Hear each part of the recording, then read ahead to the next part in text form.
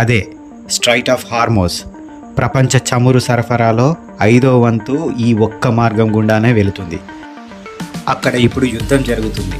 ప్రపంచ దేశాలన్నిటికీ తలనొప్పిగా మారింది. దీనికి సమస్య ఏ విధంగా పరిష్కరించాలి అని చెప్పేసి అన్ని దేశాలు నిమగ్నమై ఉన్నాయి. కానీ ఇప్పుడు భారత్కి అదొక పెద్ద సవాలు. మనం సిద్ధంగా ఉన్నామా? పర్షియన్ గల్ఫ్ నుంచి Saudi Arabia, Iran, Kuwait, Iraq, UAE ఈ దేశాలన్నింటి చమురు ఒకటే ద్వారం గుండా బయటకు వస్తుంది. ఆ ద్వారమే స్ట్రైట్ ఆఫ్ హార్మోస్. ఈ మార్గం గుండా ప్రయాణిస్తుంది. అంటే ప్రపంచ ఇంధనం సరఫరాలో సుమారు 20%. ఇది కేవలం ఒక సముద్ర మార్గం కాదు, ఇది ప్రపంచ ఆర్థిక వ్యవస్థ యొక్క శ్వాసనాళం. ఇది కేవలం ఒక సముద్ర మార్గం కాదు, ఇది ప్రపంచ ఆర్థిక వ్యవస్థ యొక్క ఆయువు పట్టు. ఈ ప్రాంతం ఎప్పుడూ ఉద్రిక్తంగా ఉంటుంది. ఎందుకంటే ఇక్కడ ఇరాన్, ఇజ్రాయిల్, అమెరికా ఈ 3 శక్తులు ఎదురెదురుగా నిలబడి ఉన్నాయి. ఒకవైపు ఇరాన్ తన ప్రాంత ప్రభావాన్ని పెంచుకోవాలని చూస్తుంది. మరోవైపు ఇజ్రాయిల్ తన భద్రతను కాపాడుకోవాలని ప్రయత్నిస్తుంది. మరోవైపు అమెరికా ఈ ప్రాంతంలో తన ప్రభావాన్ని కొనసాగించాలని చూస్తుంది. ఈ 3 శక్తుల మధ్య ఉద్రిక్తత పెరిగిన ప్రతిసారి ప్రపంచంలో మొత్తం ఒకటే భయం: హార్మోస్ మూసుకుపోతుందా? అదే జరిగితే భారత్పై ప్రభావం ఎంత ఉంటుంది? భారత్ తన చమురు అవసరాల్లో 85% దిగుమతులపై ఆధారపడి ఉంది.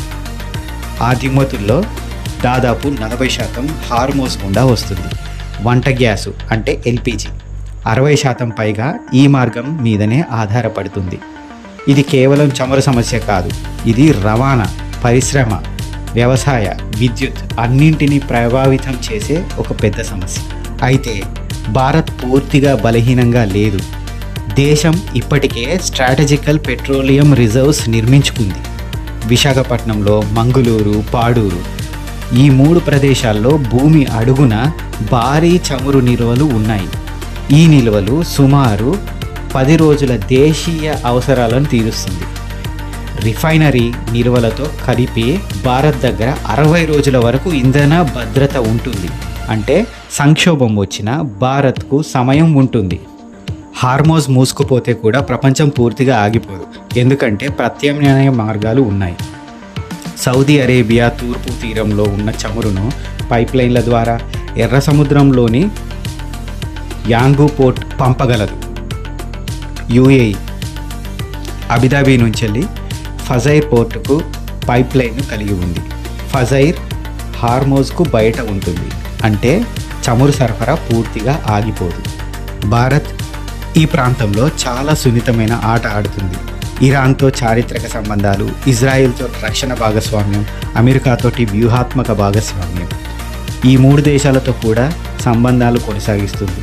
భారత్ పాటిస్తున్న సిద్ధాంతం ఒక్కటే: స్ట్రాటజికల్ అటానమీ. అంటే ఎవరికి పూర్తిగా మద్దతు ఇవ్వకుండా తన జాతీయ ప్రయోజనాల కోసం నిలబడడం. భారత్ దీర్ఘకాలిక వ్యూహం 3 దిశల్లో సాగుతుంది. మొదటిది సరఫరా వైవిధ్యీకరణ, అంటే సరఫరా డైవర్సిఫికేషన్ చేసుకుంటుంది. అమెరికా, ఆఫ్రికా, దక్షిణ అమెరికా ఇక్కడి నుంచి చమురు కొనుగోలు. రెండవది దేశీయ ఉత్పత్తి పెంపు. మూడవది పునరుత్పాదక ఇంధన విప్లవం, అంటే సౌరశక్తి యూజ్ చేసుకోవడం, గ్రీన్ హైడ్రోజన్ని డెవలప్ చేయడం, పవన విద్యుత్ని ఇంక్రీజ్ చేసుకోవడం. భవిష్యత్తులో భారత్ చమురు మీద ఆధారపడడం తగ్గించాలని లక్ష్యంగా పెట్టుకుంది. చరిత్రలో చాలాసార్లు ప్రపంచ యుద్ధాలు జరిగాయి, దానివల్ల చరిత్రలు మారిపోయాయి. కానీ కొన్నిసార్లు చిన్న సముద్ర మార్గాలు కూడా ప్రపంచాన్ని కదిలించాయి. దాంట్లో ఈ హార్మోజ్ ఒకటి అలాంటి మార్గమే. అది మూసుకుపోతే ప్రపంచం కుదేలవుతుంది. కానీ ఒక విషయం మాత్రం స్పష్టంగా ఉంది: భారత్ కేవలం కృంగిపోయే పరిస్థితుల్లో నేటి భారత్ లేదు.